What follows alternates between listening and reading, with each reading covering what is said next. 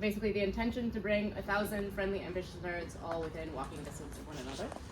So I'm just going to tell you a little bit about my backstory, and then about what we're up to now and what we're thinking about in the future. And then I'll leave some time for questions at the end, hopefully. Here we go. So, okay, long story short. I used to live in San Francisco. I had a roommate who I barely knew. I didn't even really know what she did. She didn't really know what I did. I didn't talk to her too much. And I kind of was just living, I don't know, maybe like a way I think a lot of people live, which was a little bit isolated, a little bit boring. And so then one day I discovered something that seemed a lot more exciting, and that was van life. So basically the YouTube algorithm fed me all sorts of videos about how hip and fun it would be to live in a van. And I was bored and I bought a van, and I started building it out. And it took it on some trips, and it kind of sucked. My van would break down. It was kind of just like cramped. You have this tiny little amount of space. And then around that same time, I was set up on a blind date with Andrew, who is my now husband. It was a very bad quality photo. But anyway, basically I fell in love right around the time I was like thinking about doing this van life stuff. And I was like, well, it'd be pretty cramped with 2 people, and also it kind of sucks to do van life. So I sold my van probably like 3 months after I bought it. I sold it at a bit of a loss because I was just like, I'm done. We went on one road trip. Yeah. Wait, I gotta cheat and look ahead at my slides. Let's see. Well, all right, I'll forget. Senior CC career?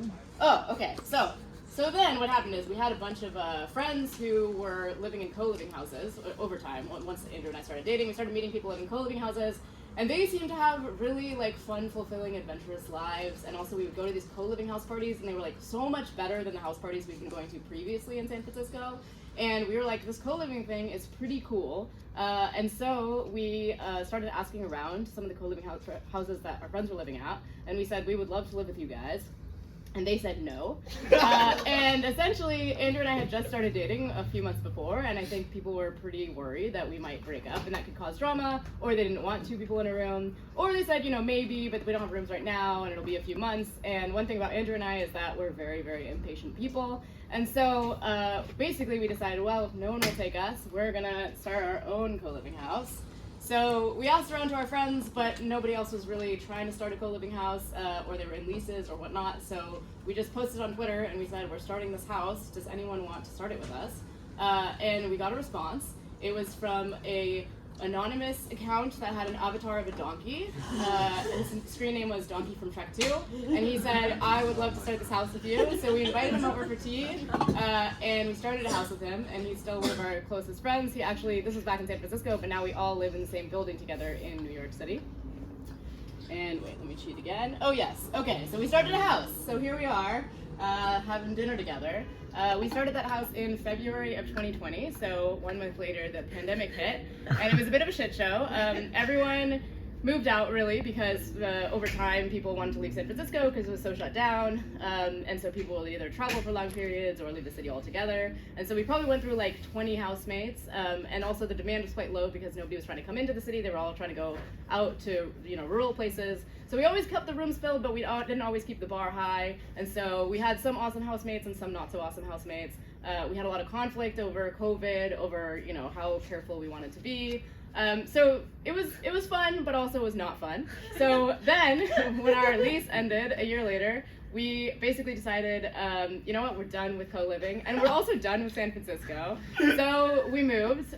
We ended up here in New York City, and we just got a nice 3-bedroom apartment with our friend Jake, who's right in the back there. And we were like, this is it. We're turning over a new leaf. We're just going to become nice, normal people living in a nice, normal apartment. No more co-living for us. But then it turns out old habits die hard. So we told Jake, you know, Jake, isn't it weird that like, shouldn't our house have a name, essentially? Because it's like, what, are people going to be like, oh, I'm going to Andrew and Jake's and Priya's? Like, there's no ring to it. Are they going to be like, I'm going to go to 240 McKibben, like, say our address? We're like, that doesn't make any sense. Like, it would be so much more powerful if we had a name. So we gave ourselves a name, and that was Fractal. And then we essentially thought, like, we were meeting all these amazing people in New York City. We also had a number of friends who moved at the same time. It was like the mass exodus from SF to New York City. And we felt like we weren't seeing our friends like often enough as much as we wanted, and our social life was kind of like scattered, and we thought like, well, what if we just start a weekly event where we kind of bring our friends together once a week. And so we called that Fractal Sunday Dinner, and kind of looked like this. We always had fun lighting. We just like kind of hang out together. Over time we added more and more elements. So one major thing we would do is we would do these things called lightning talks, which are not dissimilar to this, except there was no slides or anything, and they were shorter. But it was usually like midway through our dinner we would stop and people would give these presentations, and they were a lot of fun. And then a lot of magical stuff started happening. So, for example, my friend Siri, she came to dinner one night and she was pretty upset because her visa had just been denied. And at dinner that night, she met an immigration lawyer, and he said, "I'll work with you." And then now it's a year later, she has her green card. It's like all worked out. It's been great. People started making like really close friendships with each other and dating each other and all of that stuff. And they also started taking much bigger risks. So one of my favorite stories, this is our friend Charlie, and one day he got up at a lightning talk, and we always encourage people to ask for help at lightning talks as well. So he basically told the crowd, he said, "I'm a poet. I write poetry, but I don't really share it with people, and I don't really know what it means to be a poet. It's not my day job, it's just a thing I do, and it's a thing I love." And somebody else raised their hand and said, "What if you go to Central Park with a typewriter and a sign that says donation-based poetry and just see what happens?" And then he did, and he came back to us the next week, and he said, "I just paid all of my rent through writing poetry in the park, and I paid back money that I owed my ex-girlfriend." So this is him. Just one time I ran into him at Washington Square Park. He's there every Friday and Saturday, and then during the week he's at Central Park, and so he has since quit his previous job, and this is what he does full time. And I think it's really incredible. It's like he could have done that at any time, but I do just think there's something about having a community of people around you that makes you like do things that feel a little more crazy, and sometimes they end up working out. Let's see. Okay, so then what happened is the apartment across the hall basically came up for rent, and we were like, oh wow, this is pretty cool that the apartment across the hall is open, and if we got it, we would have a setup that's just like Friends, the TV show, because we would have these two apartments right across the hall from each other. So we all went in together, Jake and Andrew and I, and we basically signed for a second lease. And luckily, our building management didn't notice that we were the same people until months later. And they got a little mad at us, but not too mad at us, so it ended up working out well. But at that point, we basically had like a little co-living house, because it was one 3-bedroom apartment and one 4-bedroom apartment, and we had a bunch of friends, and it was a ton of fun. Okay, simultaneously to this, Andrew, my husband, and Daniel, who just spoke, and Daniel's wife Jean, and our friend Jason Ben, they were running the Scenius research group. They were all really interested in this concept of Scenius, and they were basically co-reading all these books together and having these discussions together, and kind of just publishing it on Twitter, their findings. And our friend Jason Ben had basically quit his job, and he had used to run this amazing community house in San Francisco, and he knew that he wanted to grow like a new type of community, but he didn't know what it would be. And so kind of through his both Scenius research and then just general kind of interviews with a lot of people in the community, he came up with this concept called the neighborhood. And the neighborhood is like, what does co-living look like as you get older and as you have kids? And basically what it looks like, in his view, is essentially people live in their own separate units, but they all live within walking distance of one another. So you just co-locate in a neighborhood. Okay, so basically, at the time, Andrew and I were software engineers. We actually had our own startup. We were like very focused on that, and everything we were doing on the side with co-living was just on the side. But we basically watched our friend's project really take off, and we were also watching like the things that we were doing for our community were clearly so like impactful, and people were coming to us every week with stories.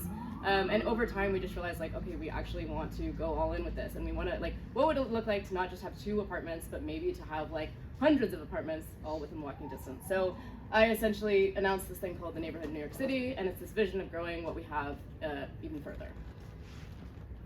Okay, so now where we are now, we basically have 10 apartments. We're in this historic building in Brooklyn called the McKibben Lofts. They're like artist lofts. And we have one third space apartment run by Doug and Sue. Basically that's like a place where you can go co-work every day, and they host events like most nights of the week.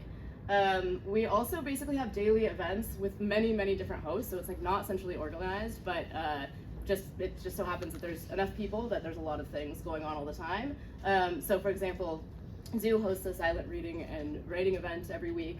Our friends Josh and Anthony host a Shabbat dinner. Our friend Ulysses hosts this singing and drumming circle. And then there's many different one-off events that happen.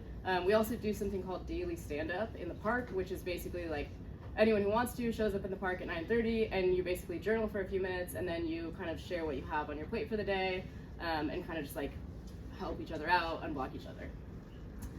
You also run into people all the time. So, okay, for context, these tight apartments are about 3 to 5 people each, and so there's like 30, 35 people in the community.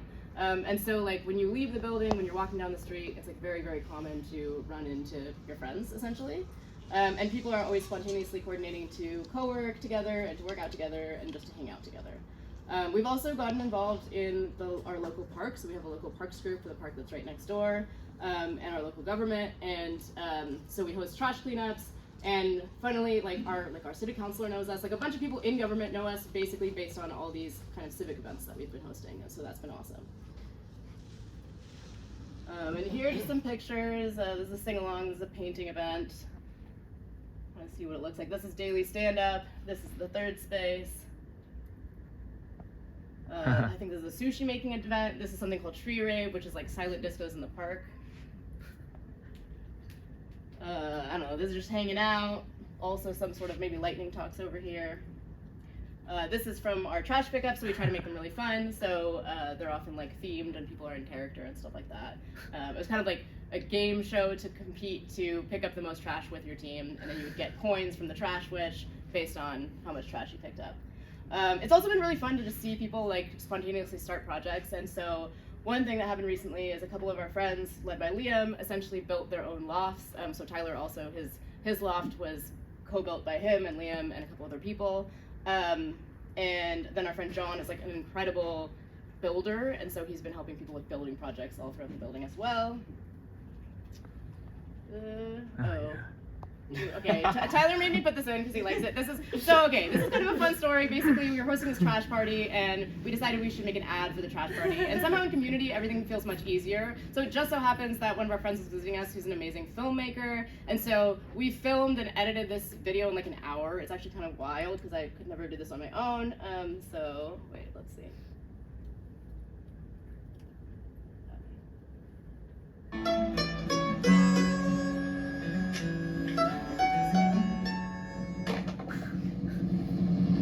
Usually this laggy, that's just like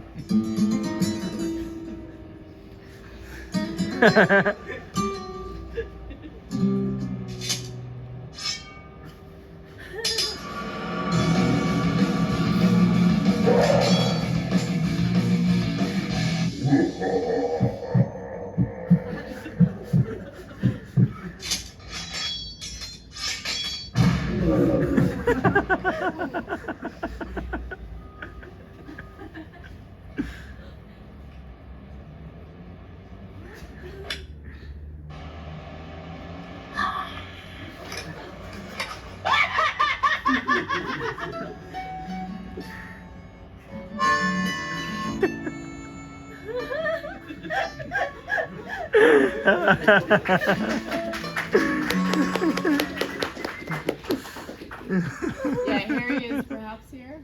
Maybe not. He's here. Okay. Andrew, you want to talk about the future vision?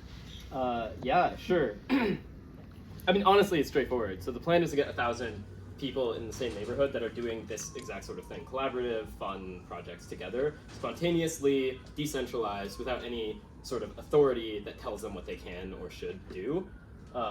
And what that means is that coming up next, 100, bigger milestone than 30. And I think some of the core projects that we have on the pipeline that seem important to us, we have a number of independent researchers in the community already, and a lot of these independent researchers are having to create their own informal structures. I think that's a good skill for people to build, but also we have formal structures for researchers to band together and form institutions called universities. We have those for a reason, because a lot of research areas benefit each other through like multidisciplinary research projects. So right now we already have research projects in a couple of domains. We have a parenting research project, there's a seniors research project, and Daniel is doing incredible work in civics and governance research in New York City. especially at the local level.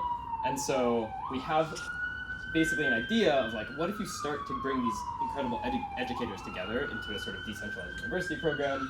Priya and I are planning on having kids. There are a number of people in the community who are just behind us, also planning to have kids, and a number of our friends who already have kids that are like, I think they really want to come, but also they're like, you guys don't have kids. So can I even live there? Is that a community for me?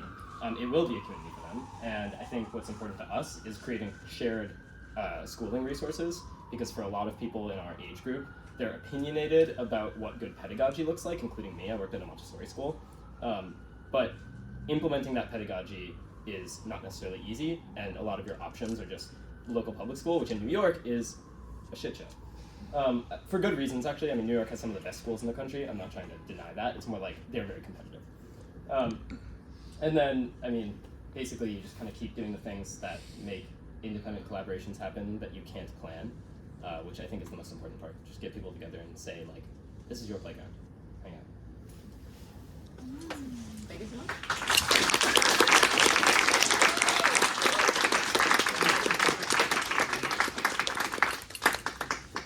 Okay, next, in this room we have a talk on the relevance of Vajrayana Buddhism to community.